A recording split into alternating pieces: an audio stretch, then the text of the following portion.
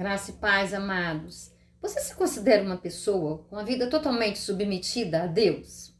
Ou tipo assim, já viu aqueles arquivos, né? Que tem várias portinhas, às vezes tem as chaves, né? A gente encontra isso em departamentos, em escolas.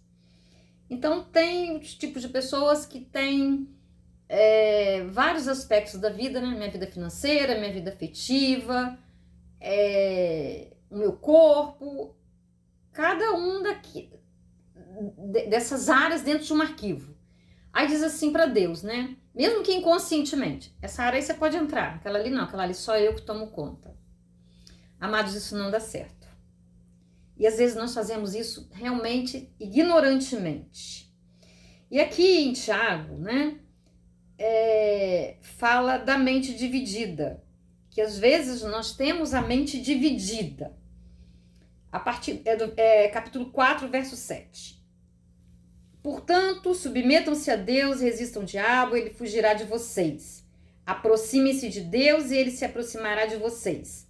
Pecadores, limpem as mãos, e vocês que têm a mente dividida, purifiquem o coração, entristeçam, lamentem-se, chorem, troquem o riso por lamento e a alegria por tristeza.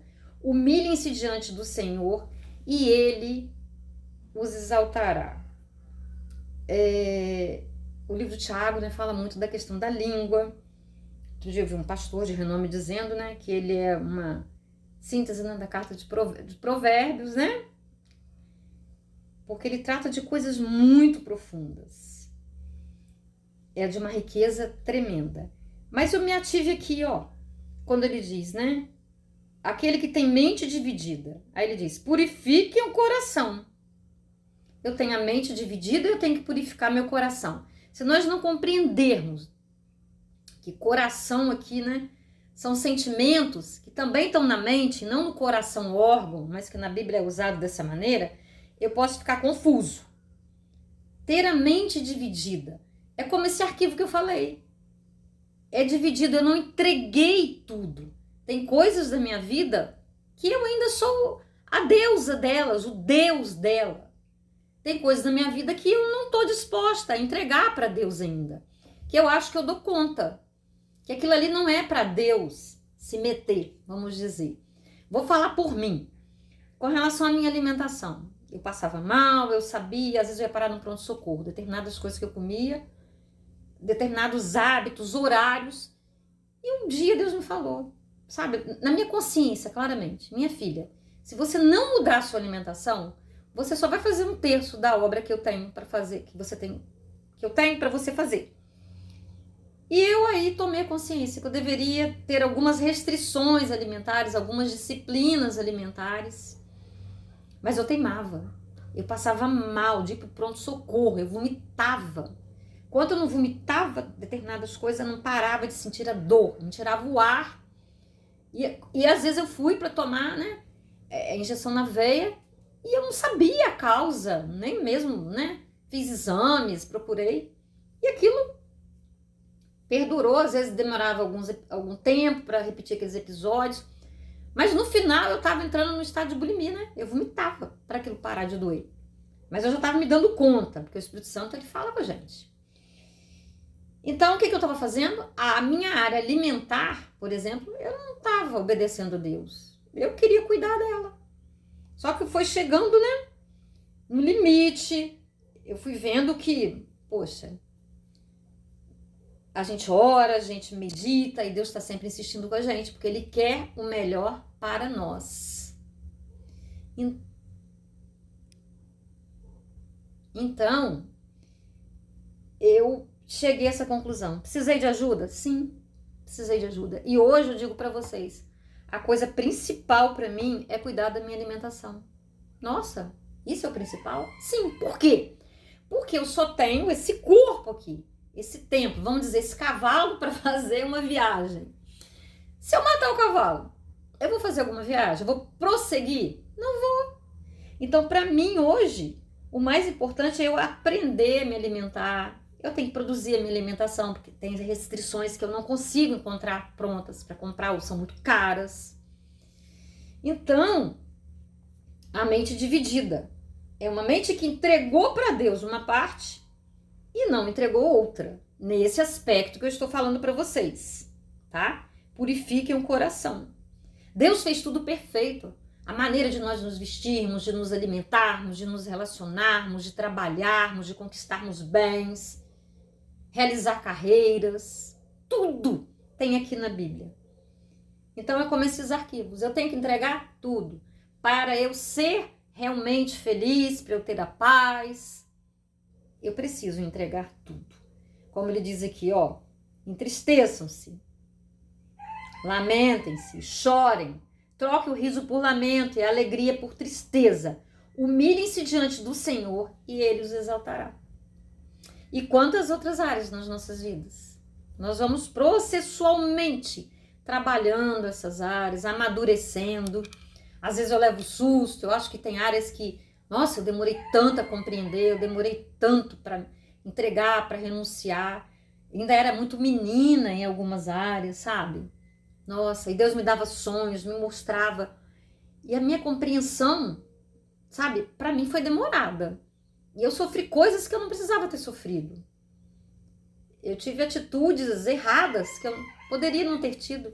Se eu tivesse submetido realmente, né? Sair dessa mente dividida aqui, ó, e ouvir a Deus. Mas verdadeiramente é a nossa alma, são os nossos sentimentos, é o nosso desejo, é o nosso querer, é o nosso senso de meritologia. Eu quero, eu mereço, eu acho que é assim. É a nossa estrutura mental, como está lá em Romanos 12:2, para nós nos deixarmos transformar pela palavra. Mas eu não deixava, né? Eu dava prioridade a outras coisas, eu corria atrás de outras coisas, sabe? Eu espiritualizava demais determinadas coisas. Eu não me submetia à palavra, sabe? Então, a mente ficava dividida. E, como diz a palavra também, né? Uma casa dividida não para em pé. Então, eu, a casa do Senhor, não pararia em pé. Estaria sempre tropeçando, voltando nos mesmos erros, porque quando a gente não aprende, Deus permite que a gente volte lá. E bata a cara de novo, né? Metaforicamente falando. E aí nós repetimos. Às vezes nós choramos, falamos, né? Poxa, o que eu fiz, Deus, para merecer isso? Por que dá tudo errado? Que castigo é esse? A gente fala que é castigo de Deus, mas não. São consequências. Nós plantamos determinadas sementes e vai nascer. Eu planto laranja, vai nascer laranja, não vai nascer melancia. Então são consequências. Como diz um amigo meu, não existe castigos, né, recompensas. Existem consequências. Mas a minha tendência era cobrar de Deus, sabe? Era do ser humano, é partir para cima de alguém, né? A gente não vê às vezes dentro das nossas casas. Você que é culpado. A gente tem dificuldade de assumir. Mas a palavra aqui é bem clara, ó. Entristeçam-se, no versículo 9. Lamentem-se e chorem, quer dizer, arrependam-se. Para de brincar, Marisa. Para de se distrair, né? Troque o riso pelo lamento, a tristeza, a alegria por tristeza. Humilhe-se diante de Deus, admita. Fala para Deus, eu não estou entendendo. Deus, ó, não tá dando. E eu demorei. Eu precisei de ajuda. Eu precisei de terapia. Eu precisei de encontrar pessoas, meus iguais, que passavam por essas lutas também, para eu começar meu aprendizado. E depois da terapia, depois com os meus iguais, nessa área aí, né, que eu comecei realmente. E aí, ó, eu perdi praticamente 19 quilos, né? Tô magra, pode ver os ossos, ó. E eu me preocupava, né? Tá mais cheinha e tal, verdade. O que é preferível? Eu estar bem fisicamente, saudável, né? Ou eu estar preocupada com o meu exterior? Não tem que estar preocupada com o meu exterior. Não tem, né? São vaidades. E ele ainda fala aqui, né? Você pode ler o capítulo 4 todo, né? Ele começa assim, ó. De onde vêm as guerras e contendas que há entre vocês? Não vem das paixões que guerreiam dentro de vocês? Paixões é coisa que eu quero muito, né? Aquela divisão na mente, né? Ah, eu quero isso, mas eu quero aquilo. Ah, Vocês cobiçam coisas e não as têm, matam, invejam, mas não conseguem obter o que desejam. Vocês vivem a lutar e a fazer guerras. Não tem porque não pedem. Agora olha o incrível, ó. Quando pedem, não recebem, pois pedem por motivos errados. Pedem erroneamente. Como que é pedir erroneamente? É pedir para gastar em seus presentes. E Deus não nos fez com outra natureza que não seja igual a dele, que é amor, que é compartilhar, que é se importar com o outro. E lá no versículo 5, deu um pulinho aqui, tá? Mas você vai ler tudo. O versículo 5 começa assim: ou vocês acham que é sem razão que a Escritura diz que o Espírito que ele fez habitar, que Deus fez habitar em nós, tem fortes ciúmes. Mas ele nos concede graça maior. Por isso diz a Escritura: Deus se opõe aos orgulhosos, mas concede graça aos humildes. Graça, favor, força aos humildes, aqueles que reconhecem os próprios erros, aqueles que, ainda que seja só um sentimento pequenininho, sabe? De dúvida, de conflito, ele para. Nós paramos e vamos orar, vamos conversar com Deus, vamos pedir a Deus que nos dê convicção mais forte sobre determinadas coisas, principalmente no mundo de hoje, que nós temos dúvida, porque o certo parece errado e o errado parece certo, não é assim? É assim, eu vejo isso o tempo todo. E você para e diz, meu Deus, sabe? E a Bíblia ainda fala, aqueles que pensam que estão de pé, cuidado para que não caiam. Então, amados, é muito fácil cair, é muito fácil confundir, mas o Espírito Santo de Deus que habita em nós, ele está ali para a gente pedir a ele com sinceridade, sabe? Pedir força, pedir fé, porque ele fala para nós pedirmos tudo a ele, e ele nos dará clareza, nos dará resposta, nos dará graça.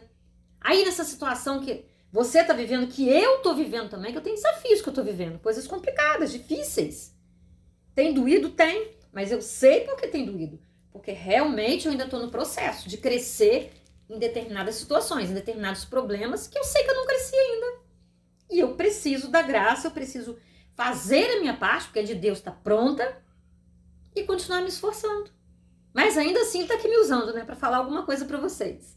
E se você achou interessante isso que você ouviu, por favor, compartilhe com o máximo de pessoas que você puder. Vê se você continua inscrito no canal, se não está, se inscreva. Curta, não deixe de curtir. Deixe seu pedido de oração aí, para nós estarmos orando uns pelos outros. É um prazer, é uma alegria ter você aqui e ter você como parceiro, parceira, como semeador da palavra. Cada um fazendo a sua parte.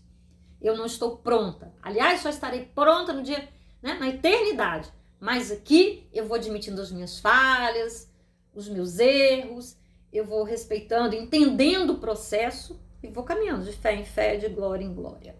Amém? Vamos orar?